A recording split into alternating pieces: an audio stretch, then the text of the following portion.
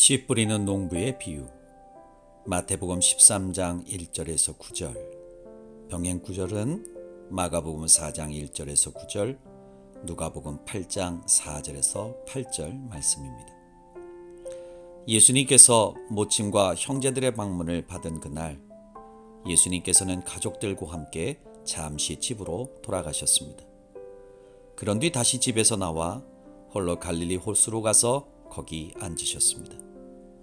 그런 모습을 보고 많은 사람들이 예수님 주위에 모여들기 시작했습니다. 그러자 예수님께서는 모여든 무리를 가르치시려고 어떤 배에 올라가 앉으셨고, 사람들은 호숫가에 그대로 서 있었습니다.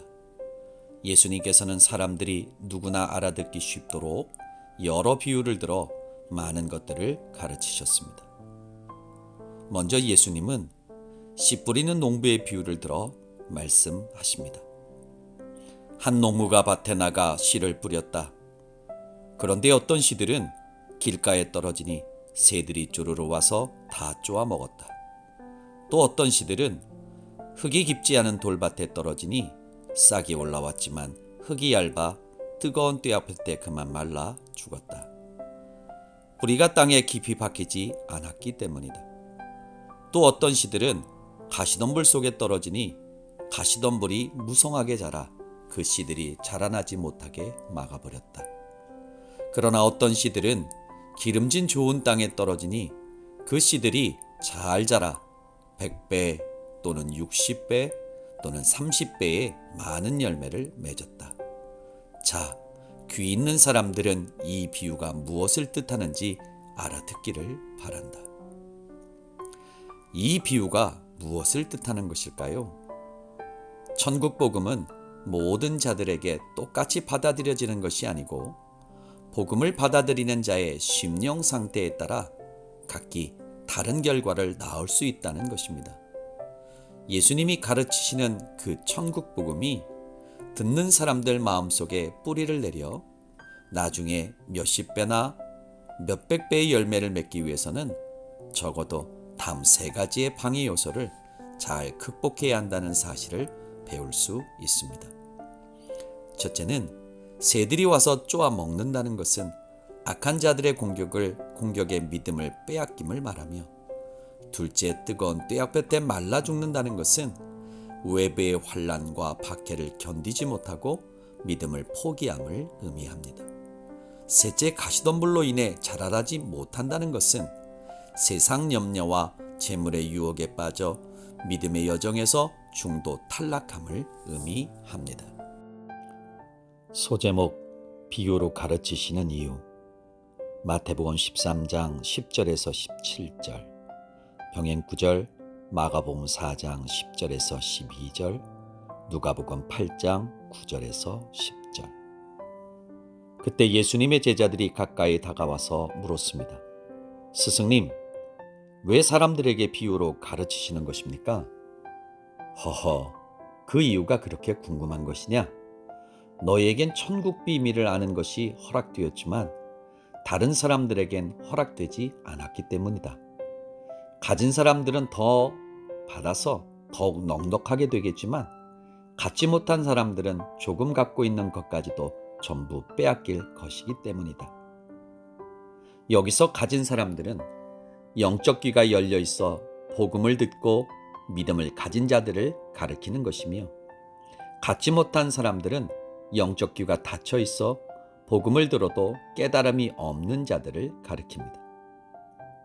그러니 가진 사람들은 들으면 들을수록 점점 더 갖게 되는 것이고, 갖지 못한 사람들은 아무리 들어도 하나도 제대로 갖지 못하게 되는 것입니다. 제자들아, 내가 비유로 말하는 이유는 그것은 그들이 보아도 보지 못하고 들어도 듣지 못하기 때문이니라. 자, 보아라. 이로써 이사야 선지자의 예언이 이루어지지 않았느냐? 스승님, 이사야 선지자의 어떤 예언을 말씀하시는 것입니까? 그 예언은 이러하다. 귀 기울여 들어보아라. 그러면서 예수님은 제자들을 향해 이사야 선지자의 예언을 읊조리셨습니다. 너희는 듣기는 들어도 깨닫지 못할 것이고, 보기는 보아도 알아보지 못하리라. 아, 이 백성은 마음이 굳어져 귀는 듣지 못하고 눈은 감겨 있구나. 이렇게 된 것은 그들로 하여금 눈으로 보지 못하게 하고 귀로 듣지 못하게 하고 마음으로 깨닫지 못하게 하려 함이니 결국 그들이 내게로 돌아오지 못하게 하여 그들을 고쳐주지 않으려는 것이다. 이사야 6장 9절에서 10절. 그렇습니다. 예수님께서 비유로 말씀하신 두 가지 실제적인 이유가 있었습니다. 천국 복음은 하늘나라에 관한 진리이기 때문에 깊은 영적 뜻을 지니고 있었습니다. 그래서 예수님은 사람들의 일상적인 삶의 환경에 빗대어 이야기 방식으로 가르치심으로써 천국 복음을 쉽게 이해시키고 한번 들으면 오래 기억에 남도록 하기 위해 비유로 말씀하셨던 것입니다.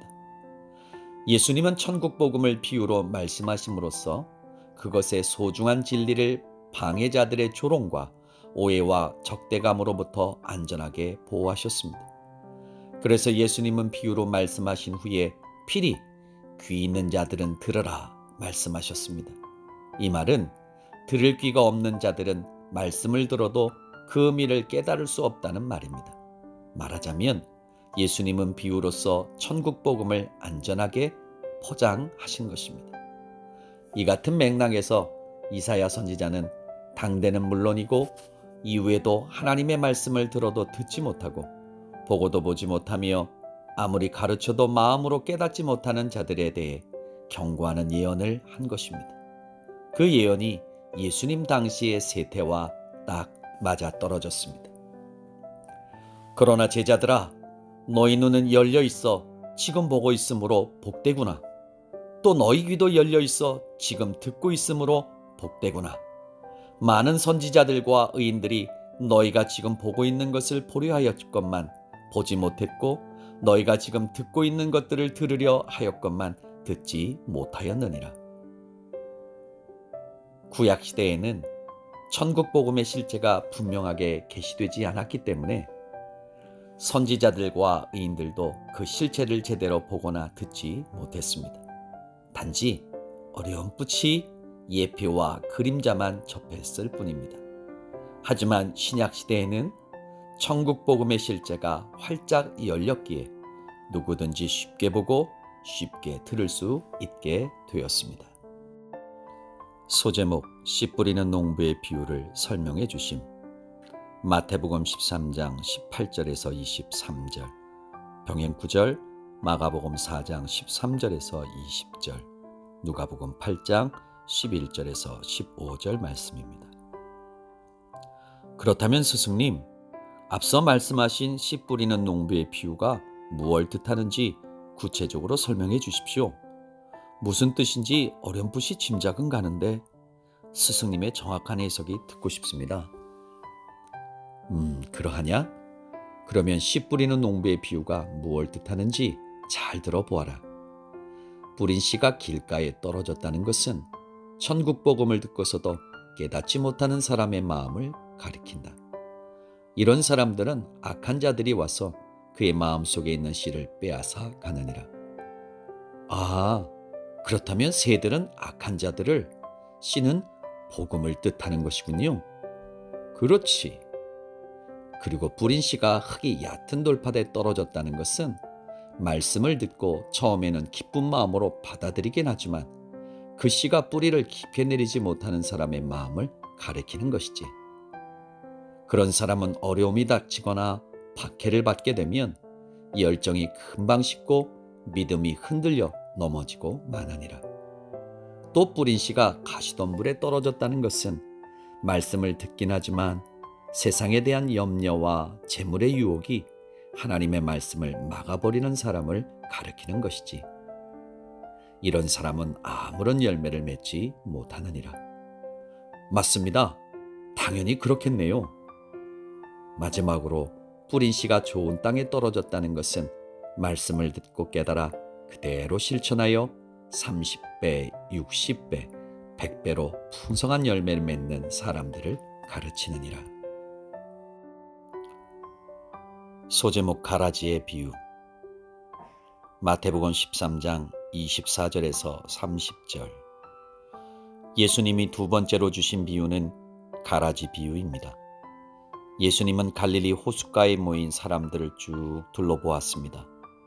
아는 얼굴들도 보였습니다. 그들을 보며 웃어주셨습니다. 그런 뒤 입을 열어 말씀하십니다.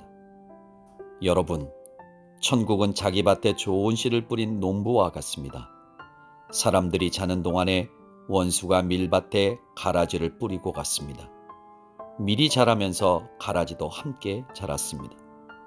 종들이 밭에 좋은 씨를 뿌렸는데 가라지가 잔뜩 올라왔다며 투덜대자 주인은 말하기를 저런 분명 원수가 와서 그런 짓을 한 게로구나 했습니다. 왜 이런 말씀을 하시는 것일까요? 듣는 사람들은 의아해했습니다. 이보다 더 멋진 말씀을 기대하고 왔는데 농사짓는 말씀이나 들려주시다니 교계를 갸우뚱거렸습니다. 예수님은 개의치 않고 계속 말씀하셨습니다. 가라지를 다 뽑아버리겠다고 종들이 나서자 주인이 말하기를 아니다. 지금은 가만두어라. 가라지를 뽑다 보면 밀까지 뽑히게 되니 추수 때까지 내버려 두어라. 추수할 때의 가라지를 먼저 뽑아 불에 태우라고 하겠다. 그런 다음에 밀을 거두어 곳간에 쌓으라고 하겠다 했습니다. 자, 귀 있는 자들은 알아듣기를 바랍니다. 이 비유에서 가라지는 사탄에게 속한 거짓 신자를, 밀은 하나님께 속한 참된 신자를 상징합니다. 밭에 자라난 가라지를 즉시 뽑으라고 명하지 않는 까닭은 어디까지나 곡식을 보호하기 위해서였습니다. 가라지는 뿌리가 땅에 깊게 박혀 있어 그것을 뽑다가 자칫 곡식까지 상하는 수가 종종 있었기 때문입니다. 소제목 겨자씨와 누룩의 비유. 마태복음 13장 31절에서 33절, 병행 9절, 마가복음 4장 30절에서 32절, 누가복음 13장 18절에서 21절 말씀입니다. 예수님이 비유로 말씀하시니 그 이야기가 쉽고 재미있어 사람들이 저마다 귀를 쫑긋 세우고 듣고 있었습니다. 이에 예수님께서는 또 다른 비유를 들어 가르치셨습니다. 천국은 마치 겨자씨 같습니다. 겨자씨는 모든 씨앗 중에서 가장 작지만 나중에는 새들이 날아와 그 가지에 둥지를 틀 만큼 아주 큰 나무가 됩니다. 겨자씨 비유의 교훈은 이러합니다. 씨는 조용히 하지만 꾸준히 자랍니다. 씨처럼 하나님의 왕국, 곧 천국도 눈에 띄지 않게 조용히 성장합니다. 그것은 인간의 노력에 의해서가 아니고 하나님의 사역 결과이기 때문입니다. 씨들 중에서도 특별히 겨자씨의 성장은 괄목할 만합니다. 아주 작은 겨자씨처럼 하나님의 왕국도 초창기에는 무척 미미하지만 나중엔 상상조차 할 수 없을 만큼 창대하게 됩니다. 실제로 이스라엘 땅의 겨자씨는 눈에 잘 보이지 않을 정도로 아주 작습니다. 하지만 1년에서 2년 내에 3.5m에서 4.5m나 될 정도로 크게 자라는 성장력 왕성한 식물입니다. 겨자씨 비유에 이어 예수님은 또 다른 비유를 말씀하십니다. 어떤 여자가 밀가루 서말에 반죽 속에 누룩을 살짝 넣었습니다. 그랬더니 반죽이 온통 부풀어 올랐습니다. 천국은 이런 누룩과 같습니다. 누룩의 특징은 그 대상을 부풀게 하여 크게 확장시키는 것입니다. 그런 누룩처럼 천국도 그 복음의 힘으로 말미암아 점차적으로 커지고 확장됐다는 가르침입니다. 겨자씨의 비유가 천국의 외적이고 양적인 성장에 초점을 맞추고 있다면 누룩의 비유는 천국의 내적이고 질적인 성장에 초점을 맞추고 있는 것입니다. 소제목 예수님은 오직 비유로만 말씀하심. 마태복음 13장 34절에서 35절, 병행 9절, 마가복음 4장 33절에서 34절. 예수님께서 천국 복음을 가르치실 때 사람들에게 자주 비유로 말씀하셨습니다. 그야말로 비유 아니면 아무 말씀도 하시지 않을 정도로 즐겨 비유를 사용하셨습니다. 그 까닭이 무엇일까요? 천국 복음은 이 세상 진리가 아니라 저 하늘나라에 관한 진리이기 때문에 깊은 영적 뜻을 지녔습니다.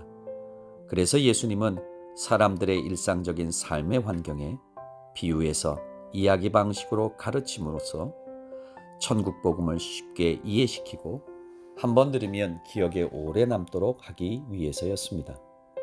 천국 복음의 소중한 진리를 그 가치를 알지 못하는 방해자들의 조롱, 오해, 적대감 등으로부터 안전하게 보호하기 위해서였습니다. 그래서 영적 귀가 없는 사람은 비유를 들어도 그 진리를 깨닫지 못했습니다. 말하자면 비유로서 천국 복음을 안전하게 포장하신 것입니다. 이런 까닭으로 예수님은 천국 복음을 가르치실 때 즐겨 비유를 사용하셨습니다. 그런데 이는 일찍이 선지자를 통해 선포하신 말씀이 메시아 예수로 인해 성취된 것입니다.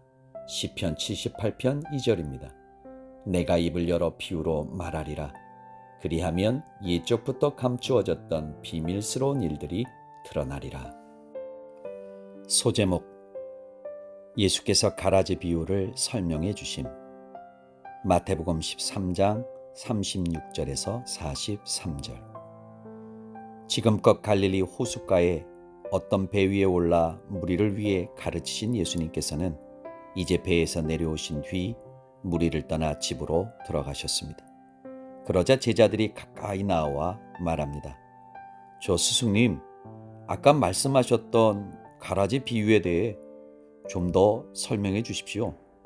그 비유가 무엇을 뜻하는지 잘 모르겠습니다. 너희조차도 알아듣지 못했느냐? 그렇다면 이제부터 설명해 줄 테니 귀담아 잘 듣도록 하여라. 나는 좋은 씨를 뿌리는 농부이고 밀밭은 이 세상이다. 또 좋은 씨는 천국의 백성들이고 가라지는 악한 자, 곧 사탄의 자녀들이다. 그리고 밀밭에 가라지를 몰래 뿌린 원수는 마귀이고 추수 때는 이 세상이 끝나는 날이며 추수하는 일꾼은 천사들이다.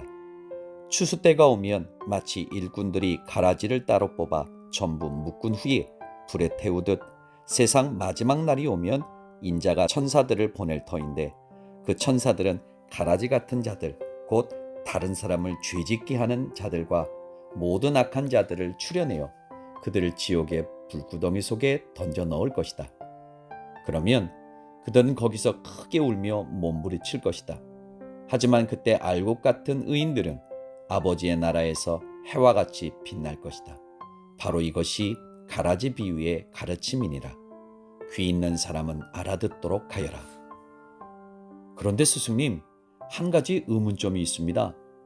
왜 하나님은 이 세상인 밀밭에 마귀가 가라지를 몰래 뿌리도록 허용하시는 것입니까? 그리고 왜 가라지를 바로 뽑아내지 않고 추수 때까지 기다리시는 것입니까? 좋은 질문이다. 이 세상에선 누구든지 천국 복음의 초청에 응하여 천국 시민이 될 수 있도록 천국을 개방하였기 때문에 마귀가 그걸 악용하여 가라지를 뿌릴 수 있는 것이다. 그리고 오래 참으시는 사랑의 하나님은 되도록 보다 많은 사람들에게 회개하고 용서받을 수 있는 기회를 제공해 주시려고 마지막 심판 때를 지연시키고 있기 때문이다. 그렇지만 언젠가는 천국 문이 닫힐 때가 올 터인데 그러면 그때까지 회개하지 않는 자들은 하나님의 불심판을 피하지 못할 것이니라. 소제목 세 가지 비유. 밭에 묻힌 보물, 값진 진주, 바다 그물. 마태복음 13장 44절에서 50절 말씀입니다. 가라지 비유를 설명해 주신 뒤 예수님은 가버나움 집에서 제자들을 대상으로 천국 복음의 질을 계속 가르치셨습니다. 이번에도 역시 비유로 말씀하셨습니다. 천국은 밭에 묻혀 있는 보물과 같다. 그 보물을 발견한 사람은 그것을 제자리에 감추어 두고는 흥분하여 집으로 돌아와 기쁜 마음으로 자신이 가진 것들을 모두 팔아 기어코 그 밭을 구입하였다. 씨 뿌리는 농부의 비유, 가라지 비유, 겨자씨 비유, 누룩 비유에 이은 천국에 관한 5번째 비유입니다. 이 비유는 은행 제도가 없었던 당시에 귀중품을 땅에 묻어 보관했던 유대인들의 관습에 바탕을 둔 비유입니다. 천국 복음이란 위대한 보물을 발견한 자는 자신의 모든 것을 바쳐 그것을 반드시 차지해야 한다는 교훈입니다. 또 천국은 값진 진주를 구하기 위해 그것을 찾아다니는 장사꾼과 같다. 그 장사꾼이 마침내 자신이 찾던 값진 진주를 발견하면 자신이 소유한 모든 것을 팔아 그것을 꼭 사느니라. 천국에 관한 6번째 비유입니다.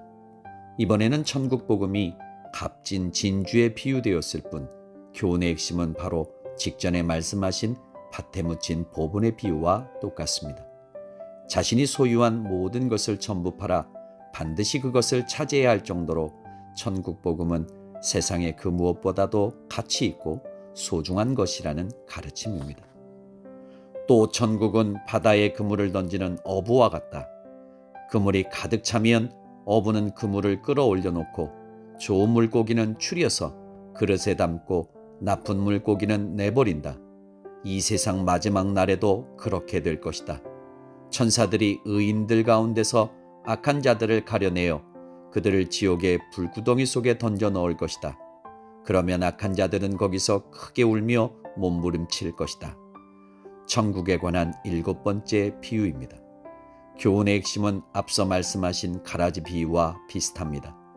세상 마지막 날에 있을 최후 심판 때 하나님은 바다에 던져 물고기들로 가득 찬 그물을 끌어올린 다음 좋은 물고기들 가운데서 나쁜 물고기들을 추려내어 그것을 내버린다는 가르침입니다. 이 비유는 3가지 분명한 사실을 일깨워줍니다. 첫째는 이 세상에는 의인과 악인이 공존한다는 것입니다. 둘째는 이 세상이 끝나는 마지막 날이 반드시 이르고 그때가 되면 하나님께서 주관하시는 최후 심판이 있다는 것입니다. 셋째는 최후 심판에서 의인들은 구원을 받아 영생에 이르고 악인들은 정죄를 받아 영원한 지옥불에 던져진다는 것입니다. 소제목 옛것과 새것 마태복음 13장 51절 52절. 이 모든 비유의 말씀을 마치신 후 예수님께서는 제자들에게 물으셨습니다. 내가 한 말을 알아들었느냐? 네, 잘 알아들었습니다. 그러자 예수님께서 흡족한 미소를 지으며 덧붙여 말씀하셨습니다.